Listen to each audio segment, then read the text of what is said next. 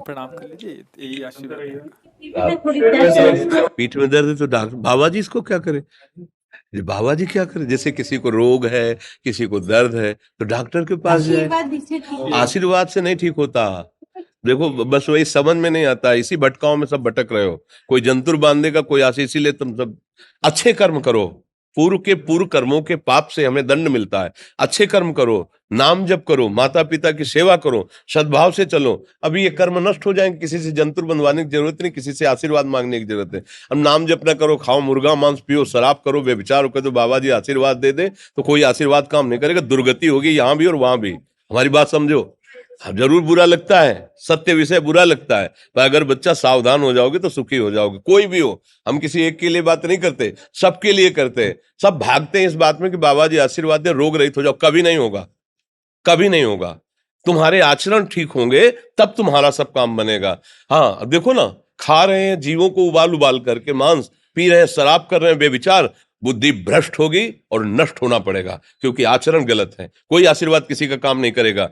आप अच्छे आचरण करो, माता पिता की सेवा करो, परिवार की सेवा करो, समाज की सेवा करो, नाम जप करो। शरीर में कोई छोटे मोटे कष्ट आवे उनको सह जाओ, आगे चलकर आप देखो कि कैसी उन्नति होती, अच्छा होगा, मंगल होगा। इस ब्रह्म में ना किसी के आशीर्वाद से कुछ हो जाता है। हम आपको पक्की बात बताते हैं कि आज बाबा के यहाँ गए थे यार, पीठ में दर्द कम हो गया। ये तुम्हारा पुण्य लग गया, पुण्य बन गया, तुम्हारा कर्म। तुम आए ना यहाँ, तो जो जो पाग आगे धरे कोटिन यज्ञ समान, साधु दर्शन के लिए भाव से आए तो तुम्हारा वो रोग नष्ट हो गया, तुम्हारे कर्म से नष्ट हुआ। तुम सत्कर्म किए ना, उससे कर नष्ट हुआ। बात समझो बच्चा, आप हमारे घर के हो सब। आशीर्वाद देने से हम कई बार कहा कि अगर तुम सुखी हो जाओ तो हम किसी से न मिले, चुपचाप अपने कमरे में बैठे केवल आशीर्वाद देते रहे सबको।